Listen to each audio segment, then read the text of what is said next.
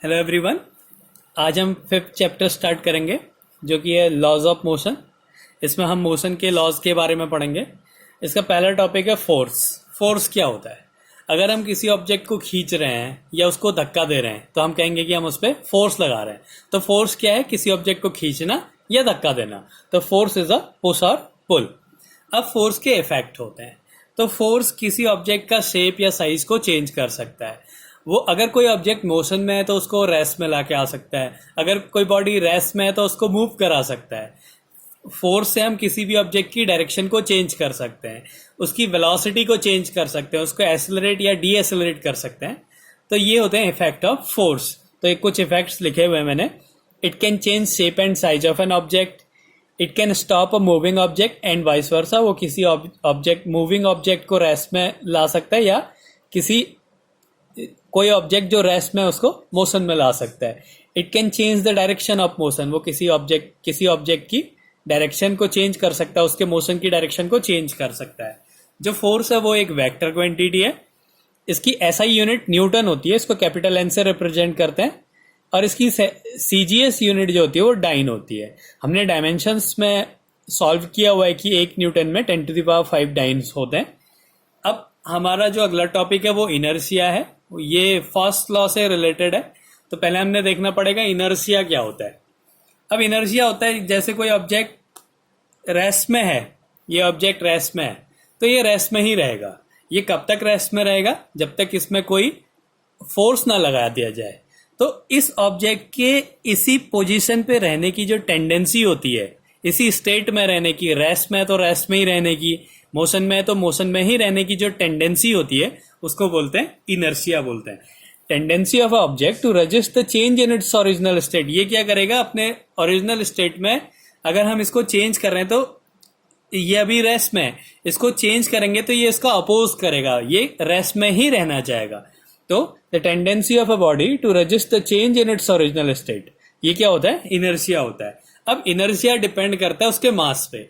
जितना ज्यादा मास होगा, सपोज ये एक ऑब्जेक्ट है, ये ऑब्जेक्ट है, अगर इसका मास है 5 kg, तो हमने इसको इसकी पोजीशन को चेंज करने के लिए, इसको शिफ्ट करने के लिए हमने इस पर एक फोर्स लगाना पड़ेगा। कोई फोर्स F लगाया तो ये शिफ्ट होकर दूसरी पोजीशन पे आ गया।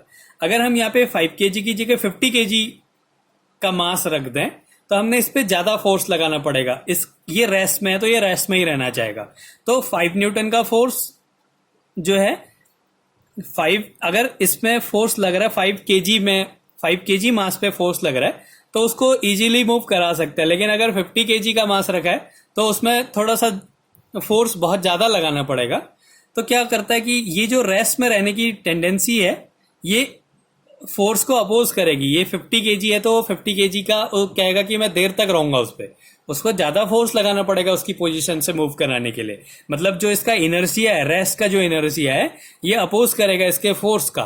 तो जितना ज्यादा मास होगा उतना ज्यादा फोर्स लगाना पड़ेगा उसको उसकी स्टेट से चेंज करने के लिए। अगर वो रेस्ट में तो उसको मोशन पे लाने के लिए। अगर कोई 50 kg मास का ऑब्जेक्ट चल रहा है, हमने उसको रोकना है तो हमने बहुत ज्यादा फोर्स लगाना पड़ेगा।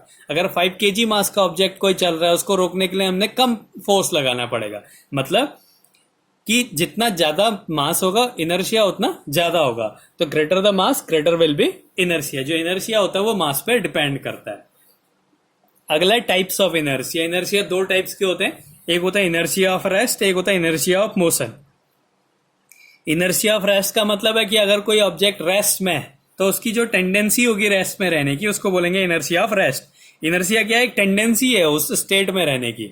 अगर वो रेस्ट में रह रहा है तो हम कहेंगे वो इनर्शिया ऑफ रेस्ट है। अगर कोई ऑब्जेक्ट मोशन में है तो हम कहेंगे कि उसमें इनर्शिया ऑफ मोशन है। If an object is at rest tends to be at rest. वो अगर कोई ऑब्जेक्ट रेस्ट में है तो रेस्ट में ही रहना चाहेगा और उसकी उसी टेंडेंसी को बोलेंगे हम inertia of rest. If an object is in motion tends to be in motion, तो उसकी उसी ऑब्जेक्ट में उस स्टेट में रहने की प्रॉपर्टी को बोलेंगे इनर्शिया ऑफ मोशन। तो इनर्शिया क्या है? एक टेंडेंसी है जिसके कारण वो अपने ऊपर लगने वाले फोर्स का अपोज करता है। वो जिस स्टेट में है उसी स्टेट में रहना चाहता है। जितना ज्यादा मास होगा उतना ज्यादा इनर्शिया होगा। फिर है इनर्शिया ऑफ रेस्ट। अगर कोई ऑब्जेक्ट रेस्ट में है तो वो रेस्ट में ही रहना चाहेगा, उसकी इस टेंडेंसी को बोलेंगे इनर्शिया ऑफ रेस्ट। अगर कोई बॉडी मोशन में है तो मोशन में ही रहना चाहेगी, उसकी उस टेंडेंसी को बोलेंगे इनर्शिया ऑफ मोशन। अब इसके बाद हम पढ़ेंगे फर्स्ट लॉ ऑफ मोशन, जिसको हम लॉ ऑफ इनर्शिया भी कहते हैं। तो ये इनर्शिया से ही रिलेटेड है। इसमें ये कहता है कि if an object is in motion will remain in motion और at rest remains at rest. अगर कोई ऑब्जेक्ट मोशन में है तो मोशन में ही रहेगा, अगर कोई ऑब्जेक्ट मूव कर रहा है तो मूव भी करता रहेगा until and unless an external unbalanced force is applied on it। कब तक? जब तक कि उसमें एक एक्सटर्नल अनबैलेंस फोर्स अप्लाई नहीं हो जाता, तब तक वो रेस्ट में है तो रेस्ट में ही रहेगा, मोशन में है तो मोशन में ही रहेगा। ये है हमारा फर्स्ट लॉ ऑफ मोशन। तो ये न्यूटन ने दिए थे। इसमें 3 लॉज हैं। तो ये पहला है जिसको हम लॉ ऑफ इनर्शिया भी कहते हैं। ये कहता है कि अगर कोई ऑब्जेक्ट मोशन में है तो वो मोशन में ही रहेगा, अगर वो रेस्ट में है तो रेस्ट में ही रहेगा, जब तक उसमें कोई एक्सटर्नल अनबैलेंस फोर्स ना लगाया जाए। तो ये है कि किसी भी ऑब्जेक्ट के उसी में रहने की टेंडेंसी तब तक खत्म नहीं होगी जब तक उसमें कोई एक्सटर्नल फोर्स ना लगाया जाए। उसी को बोलते हैं फर्स्ट लॉ ऑफ मोशन। अब इसकी कुछ एप्लीकेशंस है। तो इसकी एप्लीकेशन है कि we fall in forward direction when a moving bus brakes to a stop and fall backward when it accelerates from rest. अगर कोई ऑब्जेक्ट, हम किसी बस में हैं, ये बस की एक सीट है, हम इस बस में बैठे हुए हैं इसमें। अगर ये रेस्ट में है बस, ये एक बस है, ये बस अभी रेस्ट में है। अब अगर ये एकदम से चलेगी तो हम क्या होते हैं, पीछे को चले जाते हैं। ऐसा क्यों होता है? ये जो है फर्स्ट लॉ की एप्लीकेशन है। अब फर्स्ट लॉ क्या कहता है कि अगर कोई ऑब्जेक्ट रेस्ट में है तो वो रेस्ट में ही रहेगा, अगर वो मोशन में है तो वो मोशन में ही रहेगा। अब क्या था कि ये जो बस है ये रुकी हुई है, तो इसके अंदर जो पैसेंजर बैठे हुए हैं वो भी रेस्ट में है। अब क्या होगा, अगर बस चलने लगेगी इस डायरेक्शन में तो क्या होगा, जो पोर्शन इस बस के कांटेक्ट में है, ये वाला जो पोर्शन है, ये क्या होगा, ये फ्रिक्शन की वजह से इसी डायरेक्शन में जाने लगेगा। लेकिन जो ये ऊपर वाला पोर्शन है, ये क्या होगा, ये रेस्ट में है तो ये रेस्ट में ही रहना चाहेगा, ये भी रेस्ट में रहना चाहेगा, लेकिन ये फ्रिक्शन के कारण आगे चला जाता है। इसमें कोई फ्रिक्शन नहीं है तो ये रेस्ट में ही रहना चाहता है, जिसके कारण ये तो यहीं रहता है, ये बॉडी आगे को चली जाती है। इसका मतलब ये बॉडी क्या हो जाएगी, पीछे को गिर जाती है। तो अगर कोई ऑब्जेक्ट रेस्ट में है और बस चल रही है तो क्या होता है, वो ऑब्जेक्ट पीछे की डायरेक्शन में चला जाता है। ऐसी अगर ये बॉडी मोशन में है, अगर ये बॉडी मोशन में है, अब मोशन में है तो इसका मतलब क्या है कि ये जो पूरी इसके अंदर जो बॉडी है, ये जो बस अगर मोशन में है, इसका मतलब इसके अंदर जो पैसेंजर्स हैं वो भी मूव कर रहे हैं, इसी की स्पीड से वो भी मूव कर रहे हैं इस डायरेक्शन में। अब क्या है, इसके पास टेंडेंसी है मोशन में रहने की, इसके पास इनर्शिया ऑफ मोशन है, तो ये मोशन में ही रहना चाहेगी। लेकिन अगर हम इसमें ब्रेक लगा देते हैं तो क्या होगा कि जो ये नीचे वाला पोर्शन है ये तो रुक जाएगा, लेकिन ऊपर वाला पोर्शन क्या करेगा, वो चलता रहना चाहेगा, जिसके कारण क्या होता है, वो एकदम से रुकने पे ये जो है बॉडी आगे को गिरती है। तो when we fall in forward direction when a moving bus brakes to a stop, हम आगे की तरफ गिरते हैं अगर कोई बॉडी जो है रुकती है, अगर बस रुक रही है। And fall backward when it accelerates from rest, अगर कोई रेस्ट से एक्सेलरेट कर रही है, एकदम से आगे चल रही है, तो हम पीछे की तरफ को गिरेंगे।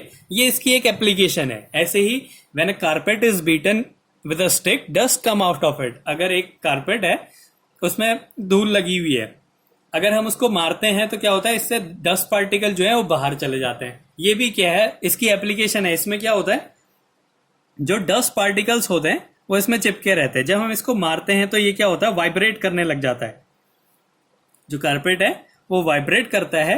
तो इसके अंदर जो डस्ट पार्टिकल है उसमें क्या होता है, पहले इनर्शिया ऑफ रेस्ट होता है, वो रेस्ट में ही रहना चाहते हैं। तो क्या होता है, जब ये वाइब्रेट करता है तो क्या करता है, डस्ट पार्टिकल जो लूजली बाउंड होंगे, इससे कम चिपके रहते हैं, वो क्या होते हैं, इसको छोड़ देते हैं। वो रेस्ट में रहने के कारण इसको छोड़ देते हैं, फिर हवा से क्या हो जाता है, वो उड़ जाते हैं। तो ये भी क्या है, जो फर्स्ट लॉ है उसकी एप्लीकेशन है। ऐसी क्या होता है, पेड़ को अगर हम हिलाते हैं तो उससे पत्ते या फल जो है वो नीचे गिर जाते हैं। क्यों गिर जाते हैं, क्योंकि क्या होता है, जो उसके पत्ते हैं वो क्या होता है, इनर्शिया ऑफ रेस्ट में रहते हैं। अगर हम पेड़ को हिला रहे हैं तो क्या होगा, वो रेस्ट में रहने के ही कारण क्या होता है, जो उसमें कम फोर्स से लगे रहते हैं, जो लूजली बाउंड होते हैं, उसमें उसकी शाखाओं से वो क्या हो जाते हैं, नीचे गिर जाते हैं। तो ये है हमारा फर्स्ट लॉ। फर्स्ट लॉ क्या कहता है, कोई ऑब्जेक्ट रेस्ट में है तो रेस्ट में ही रहेगा, मोशन में है तो मोशन में ही रहेगा जब तक उसमें कोई एक्सटर्नल फोर्स न लगा दिया जाए, और उसकी कुछ ये एप्लीकेशंस हैं।